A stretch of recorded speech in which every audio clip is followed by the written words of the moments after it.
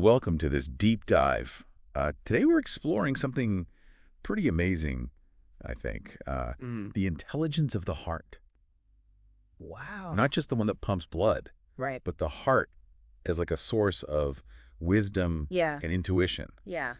We're going to be looking at an academic article called The Heart in Holistic Education. Okay. And we're going to try to uncover what modern science has to say about the heart's role in learning. Cool. This could totally change the way you think about learning and maybe even how you approach education like as a whole. Yeah, it's easy to just think about the heart and mind as just like separate things, but so many cultures throughout history have seen them as like interconnected, two parts of a whole. It's true.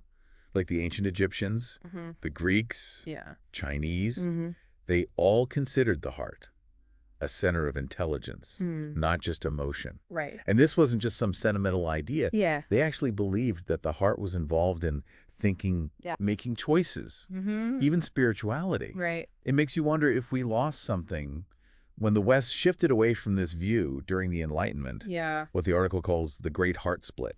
I think that's a really important point. Yeah.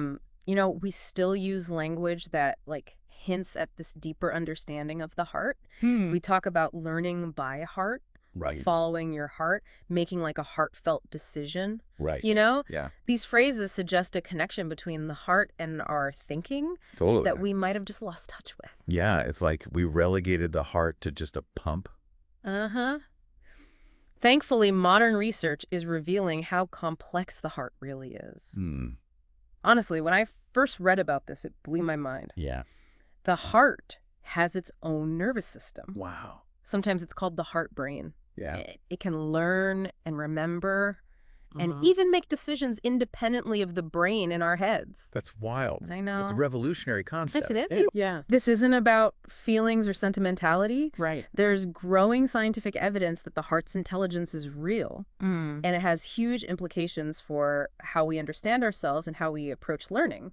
So what kind of evidence are we talking about here? One key area is the study of heart rate variability, or HRV. Okay. You know how your heartbeat isn't perfectly regular? It speeds up, slows down a bit. Yeah. Well, those tiny changes from beat to beat are actually a window into your emotional state and how your heart and brain are working together. You're telling me my heart rate can reveal how I'm feeling. Exactly. Wow. And this is where it gets really interesting. Negative emotions, like stress, anxiety, anger. Yeah. They create a kind of chaotic heart rhythm. On the other hand, positive emotions like joy, love, and appreciation, they generate smooth, ordered, and harmonious heart rhythms. So my heart literally beats differently when I'm stressed versus when I'm happy. Wow. Think about the feeling you get when your heart races before a big presentation. Right. That's your HRV going haywire. Oh. But what if you could learn to control it? Okay. To smooth out those rhythms? Well, that's what I want to know. Okay. Tell me more. Those smooth, ordered rhythms we see with positive emotion signal a state called physiological coherence. Okay. Imagine your body as an orchestra. All the instruments are playing in perfect harmony. Okay. That's coherence. Okay. Your body working in sync. Right. And it's not just a feel-good state. Okay. It's linked to real benefits. Benefits like? Improved cognitive function, for one. Studies show that when people are in a state of physiological coherence, they perform better on tasks that require focus, memory, and attention. So if I'm stressed and my heart's all over the place, I'm probably not going to do my best work. It's likely you'll find it harder to concentrate and remember things. Yeah. But here's the good news. This coherence isn't some fixed trait. You can learn to shift into a coherent state more easily. Okay. Even when things are tough. Okay, so how do we do that? Meditation, yoga. Spill the secrets. There are a number of techniques, but one that's been really well researched is called HeartMath. HeartMath, yeah. It's a system of tools and techniques that use the heart, literally, as a way to shift your emotional state and increase coherence.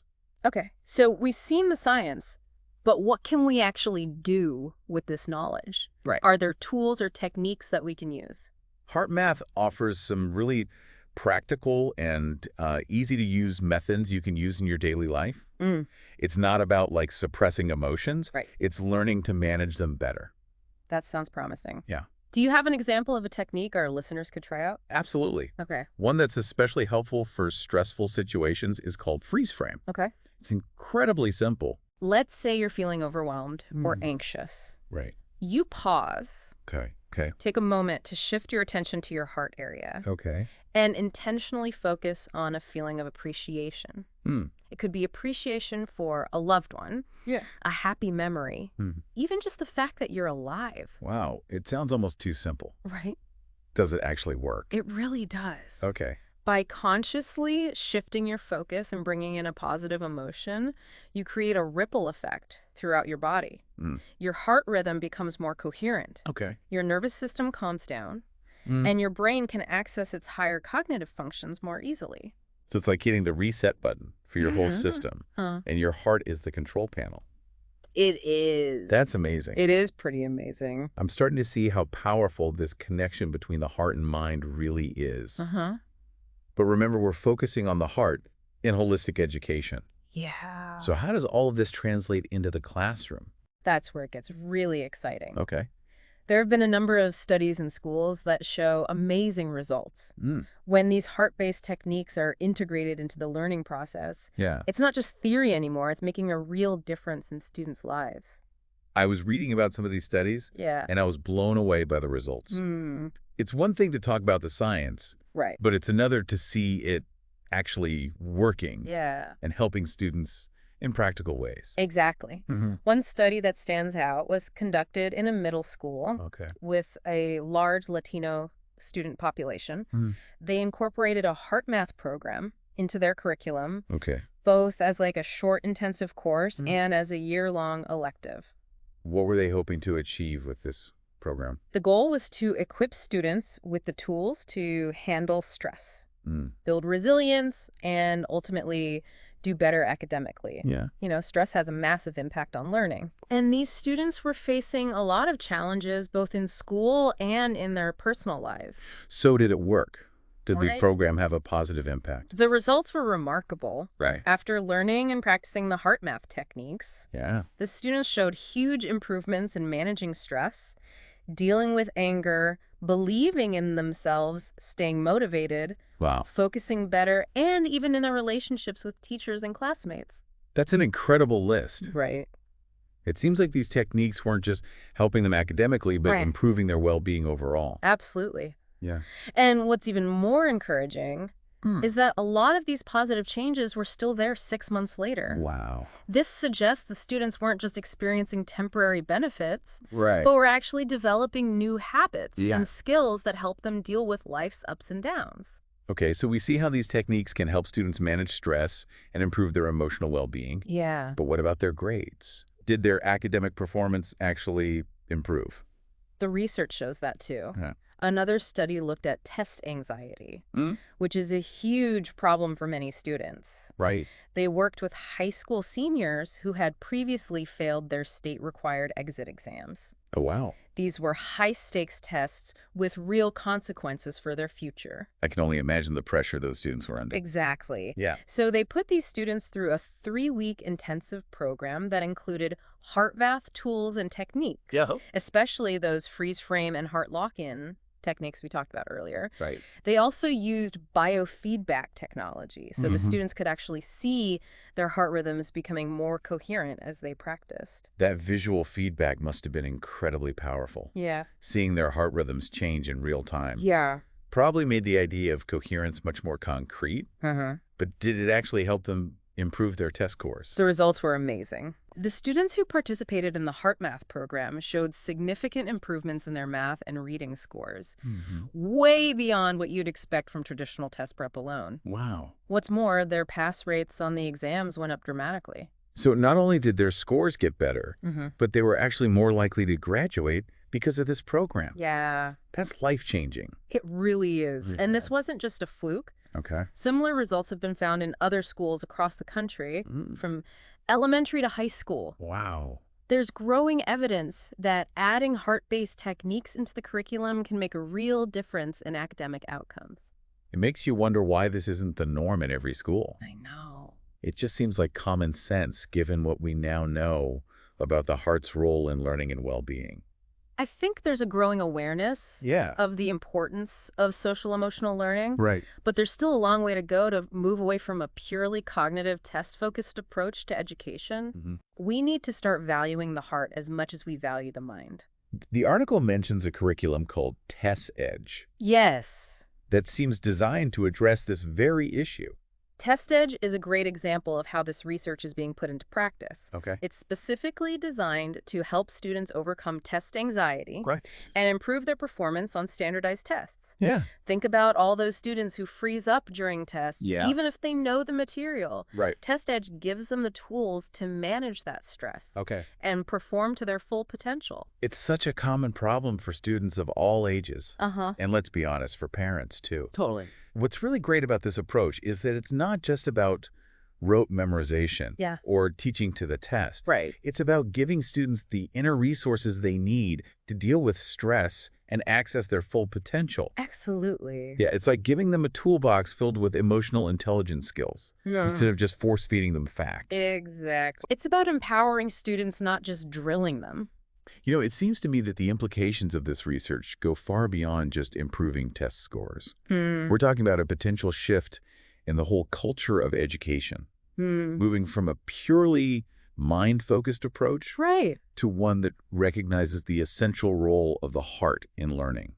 That's a really important takeaway. Yeah. What if we could create learning environments that not only nurture students' intellectual development, but also cultivate their emotional intelligence, their capacity for compassion and empathy, their ability to connect with themselves and others on a deeper level? It's a beautiful vision and one that feels so needed in the world today.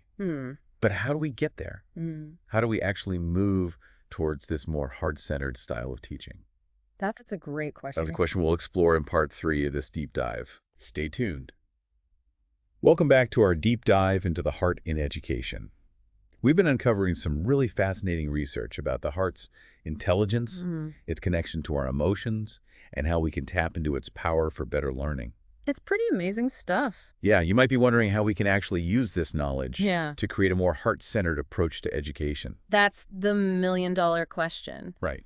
Thankfully, educators and researchers are already exploring some really innovative ideas. We're starting to see a shift towards practices that recognize and nurture the heart's role in learning. The article mentions a heart-focused pedagogy. Yeah. What would that look like in a real classroom? Well, it would definitely mean moving beyond just focusing on delivering information and teaching to tests. We need to create opportunities for students to connect with their emotions. Okay. Develop self-awareness and practice qualities like empathy and compassion. Think of it as giving students a chance to flex their emotional muscles just like they do with their intellectual abilities. So it's not about adding a few heart-focused activities here and there. Right. It's about a much bigger shift in how we think about the purpose of education itself. Exactly. Imagine a classroom where students are encouraged to listen to their intuition, to connect with their own values, and to follow their passions. Imagine a learning environment that nurtures not just their minds, but their hearts as well. It sounds like a dream come true. Yeah.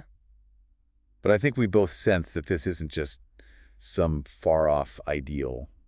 There seems to be a real desire for this kind of change in education. Absolutely. Yeah. And the research backs it up. We're not just talking about warm, fuzzy feelings. Right. We're talking about evidence-based practices that can actually improve learning, boost well-being, and foster a more caring and interconnected society. The article mentions that teachers who have already started using HeartMath techniques in their classrooms are seeing amazing results. Yeah, it's incredible. How are they actually incorporating these techniques? Well, one common way is using that freeze frame technique we talked about earlier to help students deal with stress and anxiety, especially before a big test or presentation.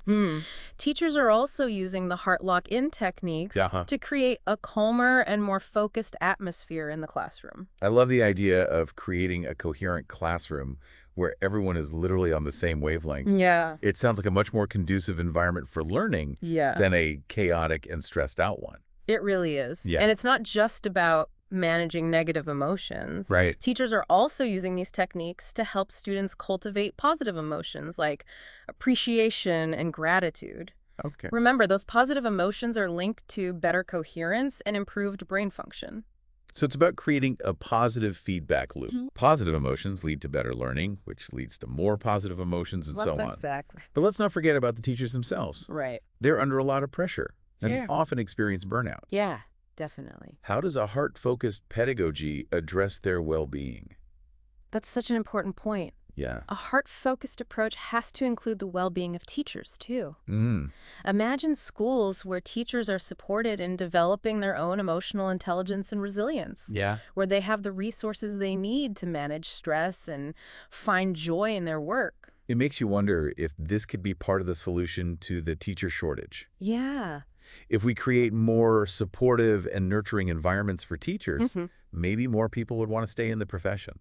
It's certainly a possibility worth exploring. Yeah. The research shows that when teachers feel more coherent and balanced, they're not only more effective in the classroom, but they're also more likely to feel fulfilled and satisfied with their work. It feels like we're at a turning point in education. We're starting to move away from just focusing on test scores and cognitive skills. Right. And embracing a more holistic vision of learning that honors the whole child, their mind, body, and heart. I agree. Yeah. What's so exciting is that this movement is grounded in solid scientific evidence. We now have a deeper understanding of how interconnected the heart, brain, and body are, and how this understanding can completely change how we learn and live.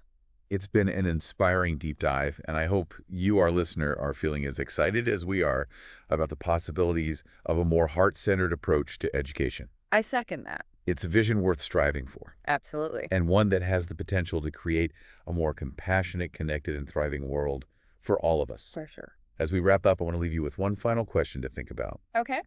How can you bring some of these heart-focused techniques into your own life? Whether it's in your learning your work or your relationships. Remember that the journey to a more heart-centered world starts with each of us. Yeah. Thanks for joining us on this deep dive.